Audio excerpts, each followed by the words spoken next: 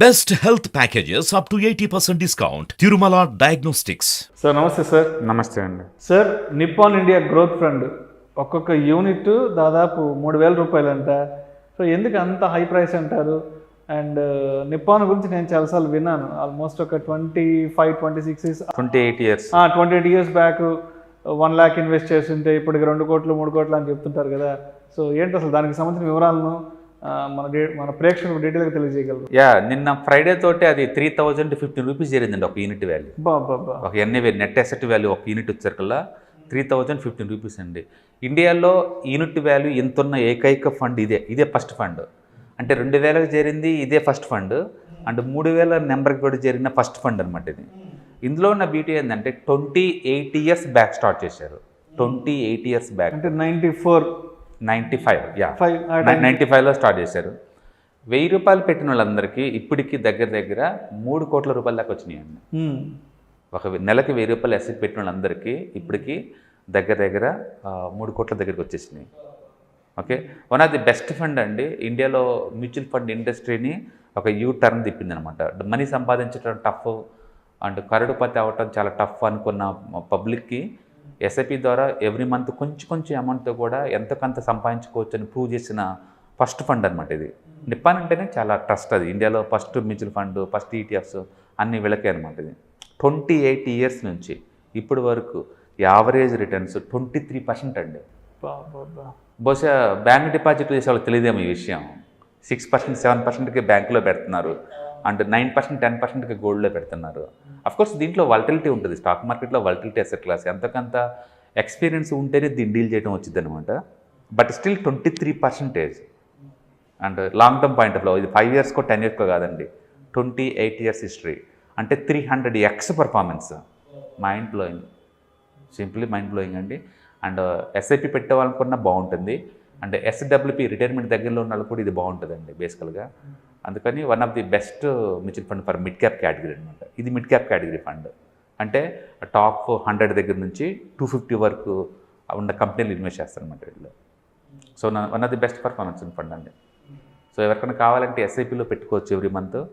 And ఎస్డబ్ల్యూపీలో పెట్టి కూడా money withdrawal చేసుకోవచ్చు. అంటే ఇప్పుడు ఓవరాల్గా చూస్తే మ్యూచువల్ ఫండ్స్లో మనం అనుకున్న గోల్ రీచ్ అవ్వాలి అంటే ఒక లాంగ్ టెన్యూర్ని కంప్లీట్గా మనం హోల్డ్ చేసి పెట్టుకోవాలి అంటారు. డెఫినెట్గా సిఏజీఆర్ అక్కడ కరెక్ట్గా ఎగ్జిక్యూట్ కావాలి అంటే కాంపౌండింగ్ ఎగ్జిక్యూట్ కావాలి.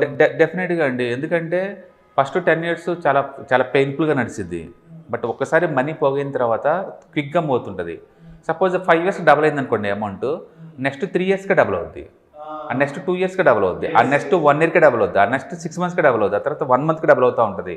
మనం ఏంటంటే ఈ ఫస్ట్ 5 ఇయర్స్కి బోర్ కట్టేసి జనాలు చాలా అన్నట్టు ఎన్నికలు తీసుకుంటారండి, దగ్గరలోనే ఆగిపోతారనమాట. అందుకని ఎంత ఎక్కువ టైం ఇస్తే అంత వర్కౌట్ అవుతుంది అనమాట. So time plus compound interest. నిజం చెప్పాలి, time is equal to money అంతే. మీరు ఎంత అర్లీగా స్టార్ట్ చేస్తే అండ్ అంత త్వరగా కాంపౌండ్ అయ్యే ఛాన్స్ ఎక్కువ ఉంటుంది అనమాట. కాబట్టి ప్లాన్ చేసుకోవటం చాలా ఇంపార్టెంట్ అండి. ఇవాళ రేపట్లో ఎంత డబ్బులు సంపాదిస్తున్నామని కాదు, డబ్బులు సంపాదించడం చాలా ఈజీ, వాటిని నిలబెట్టుకోవటం, వాటి చేత వర్క్ చేయించుకోవటం చాలా టఫ్. అందుకని ఇలాంటి వాటిలో 1-2 మనం పెట్టిన lot of money can create అనమాట. ఇక్కడ ఇంకో విషయం కూడా మాట్లాడుకోవాలి. ఇప్పుడు ఆల్మోస్ట్ 94-95 ఇన్వెస్ట్ చేసిన వాళ్ళు ఎంతమంది ఇప్పటివరకు వెయిట్ చేస్తుంటారని కూడా అది కూడా ఆలోచించారు. అందుకని ఇది బిహేవియరల్ సైన్స్ అండి. ఫినాన్స్ అయితే ఫినాన్స్ కాదండి, ఇది బిహేవియరల్ సైన్స్ అనమాట. మనకి ఎంత నాలెడ్జ్ ఉందనేది ముఖ్యం కాదు, ప్లానింగ్ ఉందా లేదా అనేది. మార్కెట్ పడ్డప్పుడు మన బిహేవియర్ ఏంటని important. Suppose market all time high అనగానే చాలామంది విత్డ్రాల్ చేసుకుంటారు ఎక్కడ పడిపోద్దో అని. ఆ టైప్ బిహేవియర్ ఉంటే కష్టం. ఎందుకంటే 28 ఇయర్స్లో ఎన్ని మాటలు డౌన్ చూసింది, ఎన్ని మాటలు అప్ చూస్తుంటుంది అంటే ఈ ఫండ్. ఒక మనిషి జీవితకాలం. అవును, ఒక జీవితకాలం. ఎంతమంది ఫండ్ మేనేజర్స్ మార్చారు, ఎన్నిసార్లు పెసిమిస్టిక్ ఆప్టిమిస్టిక్ వ్యూస్ అన్ని డిస్కౌంట్ చేసుకుంటూ ముందుకెళ్ళింది. Good news, bad news, worst news అన్నిటిని కూడా.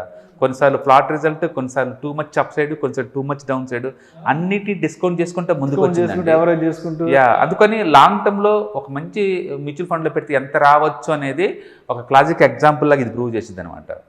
అందుకని ఇది ముందు తరాలకి ఒక లెసన్ అనమాట. ఒక లాంగ్ టర్మ్లో ప్లాన్ చేసుకుంటే సామాన్యులు కూడా మిలినీర్గా ఎలా అవ్వచ్చు అనేది అనమాట ఇది ప్లాన్ చేస్తుంది. ఊహించుకోండి, జస్ట్ మంత్లీ 1,000 రూపాయలు పెట్టిన వాళ్ళకి ఈ 28 ఇయర్స్లో రఫ్గా 3 కోట్ల దాకా వచ్చి ఉంటుంది అంటే ఊహించుకోండి ఎంత పెద్ద అమౌంట్ అది క్రియేట్ చేస్తుందో. సో డెఫినెట్గా బెస్ట్ ఫండ్ అండి.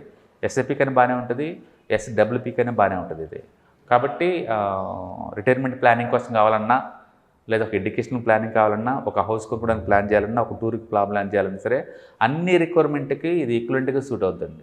సో అంటే మొత్తంగా చెప్పాలి అంటే ఒక ఇన్వెస్ట్మెంట్కి సంబంధించిన పూర్తి స్థాయి రిజల్ట్స్, పూర్తి స్థాయి ప్రతిఫలాలు చేతికి రావాలి అంటే ఒక లాంగ్ రన్ అనేది ఉండాలి, ఒక లాంగ్ టెన్యూర్ అనేది ఉంటేనే డెఫినెట్గా దాని మీద ఆ కాంపౌండింగ్ అనేది వర్కౌట్ అయ్యి ఆ results end of the day మనకి చాలా పెద్ద స్థాయిలో చేతికి వచ్చే అవకాశం ఉందంటారు. అవును, డెఫినెట్గా. ఎందుకంటే చాలామంది 23% అంటే 1 yearకి 2 yearsకి వచ్చిన తర్వాత పడిపోద్ది అంటారు.